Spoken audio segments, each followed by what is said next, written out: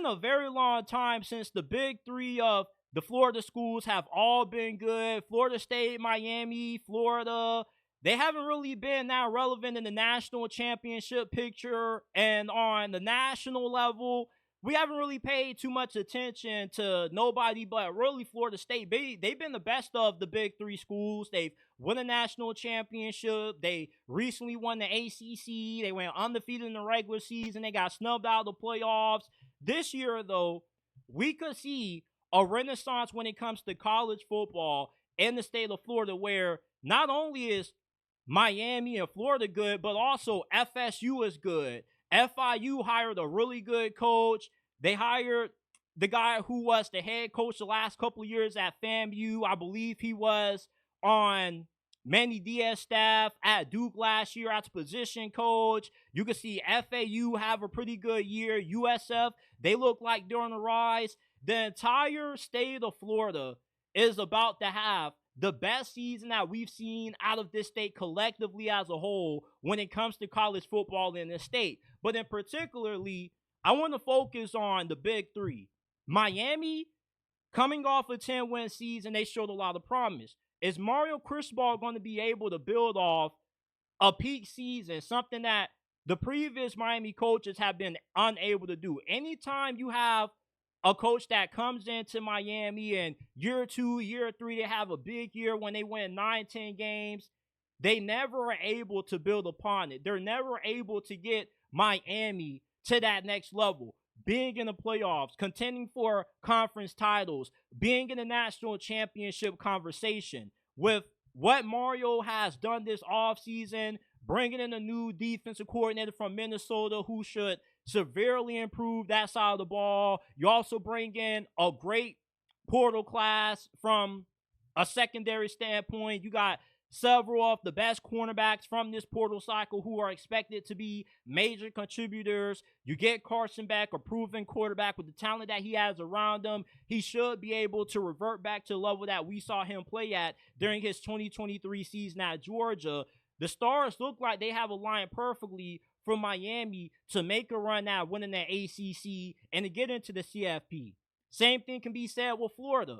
Florida, they got a more difficult route to get to the college football playoffs than what FSU and Miami do, due to how tough the SEC is and how difficult their schedule is. But the ceiling for Florida is probably 10 or 11 games if DJ Lagway ends up being the second coming of Tim Tebow like he's being hyped up to be. And not only is DJ Lagway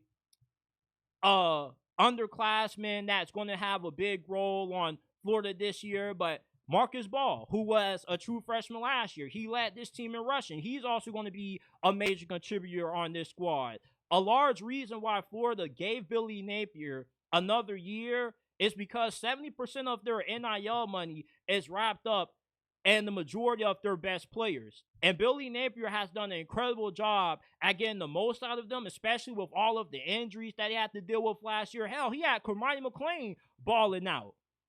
Florida could be a playoff team that only gets in with 9 wins. With how difficult their schedule is, they could pull off a few upsets. I could see them beating Texas. I could see them beating Miami, getting a huge win late in the season against Florida State and against some of the other big-time teams on their schedule. If there ever was a year for Florida to be back in the national landscape of college football, it definitely could be this year. And Florida State, the Seminoles are one of those programs where consistency isn't their strong suit anymore, but they're one of those programs where they could strike lightning in a bottle. You never know what year, but when they do, they're as good as anybody. They could win the ACC with ease, and they could easily be in the college football playoffs with that thing expanding from 4 to 12 teams. I'm not writing off Mike Norvell just because he had the worst season in the history of Florida State football. Last year was the first time in the history of college football that a team that won their conference championship followed that up the season after finishing in last place in their conference. I can't recall a bigger fall off than what Florida State had from 2023 to 2024 since Auburn won a national championship with Cam Newton and Gene Chizik, and they rolled it into irrelevancy when Cam Newton departed for the NFL. But Florida State, they recruit pretty decently. They don't recruit as good as what Miami and Florida have, but they've shown the ability to get good players out of the portal, be able to get the most out of them. Last year, they just got a bunch of duds. They changed their philosophy. They changed their mentality with how they approach the portal, and I expect that to pay dividends this year on the field for the Seminoles.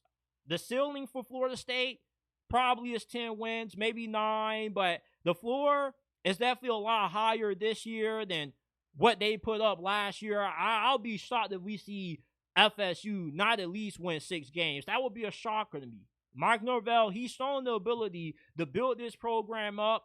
And yeah, they had a down season, but if he built it up before, he can rebuild it back up again.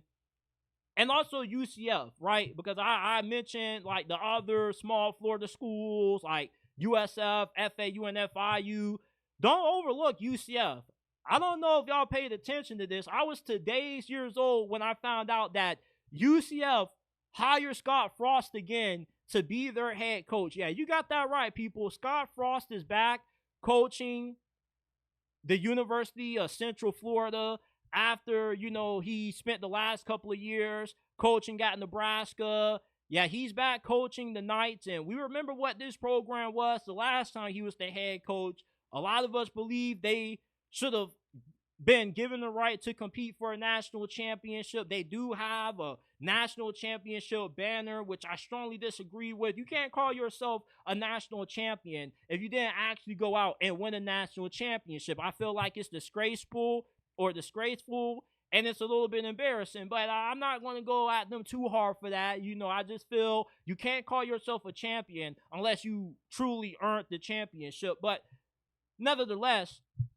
UCF, if Scott Frost can rekindle the magic that he had early during his time at UCF, the Big 12 is one of the easiest conferences in all of college football due to the volatility in that conference. There's not a gap between the top team and the worst team in that conference. Anybody can lose any given Saturday. So if UCF ends up reverting back to what they were under Scott Frost and they get into the CFP conversation, you no longer have a Big 3 of Florida. You now have a Big 4. And UCF, being in the Big 12, has the capability to enter this conversation. And if we were to rank all of these Florida teams in order from who has had the most success to the least success from the last decade, it will be Florida State, UCF, Florida, then Miami. UCF has shown that they can compete with some of the best in college football when the coaching is up to par, when they got good quarterback play. They've produced a few high-caliber NFL players. They've got Blake Bortles, Rashad Perriman, who are former first-round picks. The potential is there for UCF to truly make it a Big 4. But they still have a lot of work to be done, but I think we could see UCF look a lot better this season than what we saw them look these last couple of years under Gus Malzahn with how the Big 12 is. The Sunshine State in 2025, we could see a renaissance year when it comes to college football in the state of Florida, where there's a lot of Florida programs that are really good this year. Alex Golesh has done a really good job with the University of South Florida. My FAU Owls have a new head coach that's young from Texas Tech. I believe in what he's building. And, FIU, they made a really good hire with, I believe his name is Willie Simmons, if I'm not mistaken. Don't quote me on that. I'm looking it up right now as I record. Willie Simmons. Is this his name? Yeah, absolutely. Yeah, Willie Simmons is the new head coach at FIU. Don't sleep on him. He was doing some really good stuff at FAMU. So I think not just for the Big 3 or the Big 4 programs in the state of Florida, they're going to have really good seasons, but the whole state is going to have some really good football programs, from the Power 4 teams to the G5 teams. This is going to be an all-around great season that we're about to witness out of the Sunshine State, where we could see about 3-4 programs in the state of Florida that have 9 wins or more, and possibly we get 2, maybe 3 playoff teams. Could you imagine the college football playoffs where you have Florida State, Miami, and Florida all in it? that's something that I dream of seeing. And there definitely is a great chance that it could happen as long as, you know, these programs continue to make the right decisions and they continue to take the right steps in the right direction. Florida State may be a little bit more of wishful thinking, but Florida and Miami definitely could be in the college football playoffs. With UCF, with how that conference is that they play in, you never know.